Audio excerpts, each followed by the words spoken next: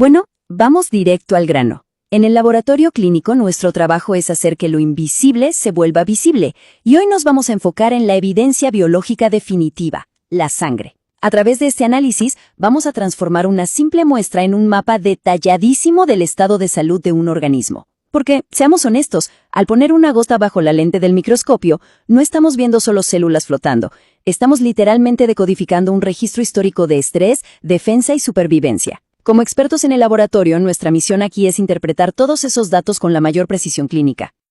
Para lograrlo, nuestro protocolo diagnóstico de hoy va a cubrir lo siguiente. Primero, el lenguaje del hemograma. Segundo, su origen y los valores normales. Tercero, los neutrófilos como nuestra primera línea de defensa. Cuarto, sus armas secretas y la netosis. Y para cerrar, el índice neutrófilo linfocito. Empecemos con la sección 1. El lenguaje del hemograma. A ver, el hemograma, o conteo sanguíneo completo, es prácticamente la herramienta número 1 en cualquier laboratorio. Pero ojo, que no es nada más contar por contar, es una evaluación volumétrica y distributiva súper integral. Nos permite evaluar parámetros vitales como la hemoglobina, que medimos en gramos por decilitro. Y esto es clave, porque una caída en la hemoglobina es el mejor indicador de un estado anémico, mientras que un número alto podría ser simplemente por algo tan común como deshidratación o apuntar a condiciones bastante más complejas como la policitemia. Y esta imagen ilustra perfectamente nuestra realidad visual en el laboratorio. Imaginen mirar a través del lente a 100 aumentos, con una tinción de Wright. Lo que vemos es una extensión delgadita, una monocapa de células que están distribuidas a la perfección. Esos discos rosados que se ven por montones son los eritrocitos. Y ahí, navegando entre ellos como centinelas patrullando el plasma, vemos a los glóbulos blancos. Claro, analizar esto requiere de procesos súper estandarizados en el laboratorio para no cometer ningún error metodológico al identificar cada célula. Pasamos a la sección 2. Origen y valores normales. Fíjense que todo este inmenso universo celular tiene su zona cero en la médula ósea. La hematopoiesis es un proceso cronológico que de verdad es fascinante. Todo arranca con una sola célula madre pluripotencial, y dependiendo de las señales y factores de crecimiento en su entorno, esta célula toma una decisión vital. Se diferencia hacia una línea mieloide o hacia una linfoide. A partir de ahí, empieza un proceso de maduración que cambia su núcleo y su citoplasma, hasta darnos las células maduras que se encargan de transportar oxígeno, de la coagulación y, por supuesto, de mantener a tope nuestra inmunidad. Pero el punto crucial aquí es que no podemos identificar lo anormal si no conocemos perfectamente lo normal, ¿verdad? Estos son los rangos de referencia clínicos estándar con los que trabajamos. Por darles un ejemplo, el recuento normal de glóbulos blancos, o leucocitos, se mueve entre 3.5 y 10.5 por 10 a la 9 por litro. Tener esta línea base es absolutamente innegociable. Si un número se sale de este rango, enseguida nos salta la alarma de que el entorno fisiológico ha cambiado, y es hora de buscar qué patología se esconde detrás. Sección 3. Neutrófilos. La primera línea. Aquí es donde la morfología nos cuenta quién es quién. Hay una diferencia visual clarísima que define qué tan madura es una célula.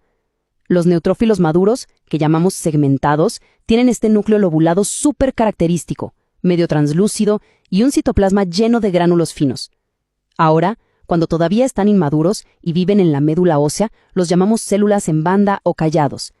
Si en el laboratorio empezamos a ver un exceso de estas formas inmaduras circulando en la sangre periférica, bueno, eso es un indicio clínico de oro.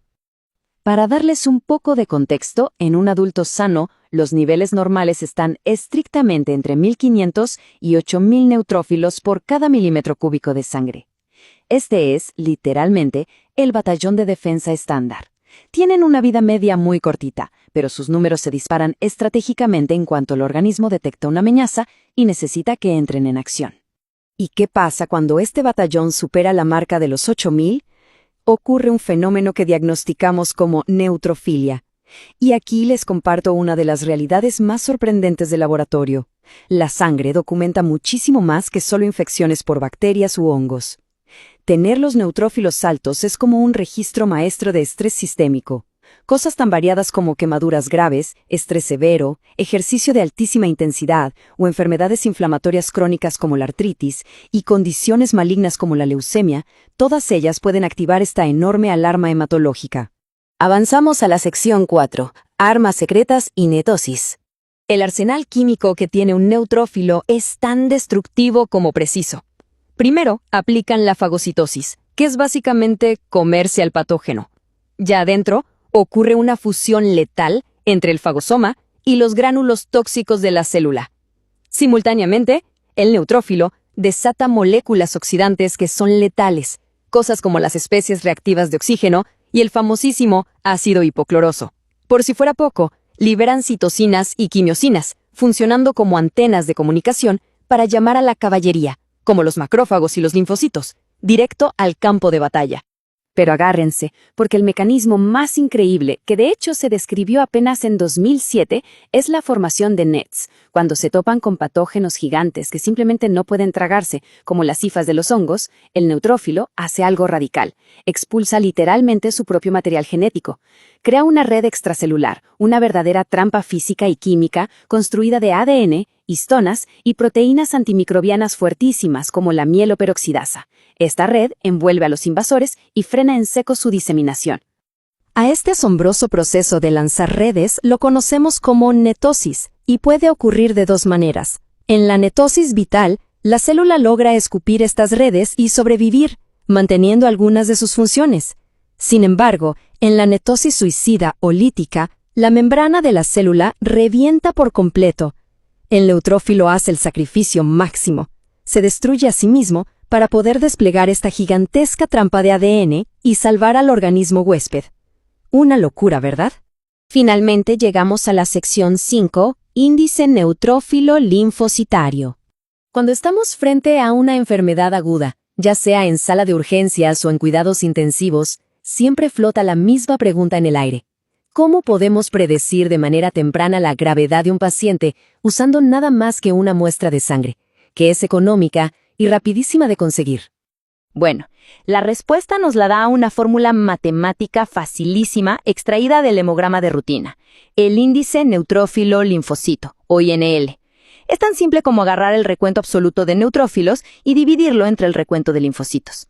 Pero no se dejen engañar por su simplicidad, porque este número nos muestra una radiografía exacta del balance entre dos grandes fuerzas, la inmunidad innata inflamatoria, que comandan los neutrófilos, y la inmunidad adaptativa reguladora, que es el trabajo de los linfocitos. Si sacamos la cuenta y el índice está elevado, significa que tenemos una neutrofilia combinada con una linfopenia, es decir, los linfocitos cayeron. Esto es una super bandera roja en la clínica. Nos está gritando que hay una inflamación sistémica descontrolada. Un INL elevado sirve para predecir complicaciones respiratorias severas, como vimos muchísimo con el COVID-19, estima si un paciente va a terminar en terapia intensiva y es clave en los pronósticos oncológicos y cardiovasculares. Básicamente nos dice que la respuesta de los neutrófilos y el exceso de esas redes NET que mencionamos antes están empezando a causarle un daño irreversible a los tejidos del propio paciente.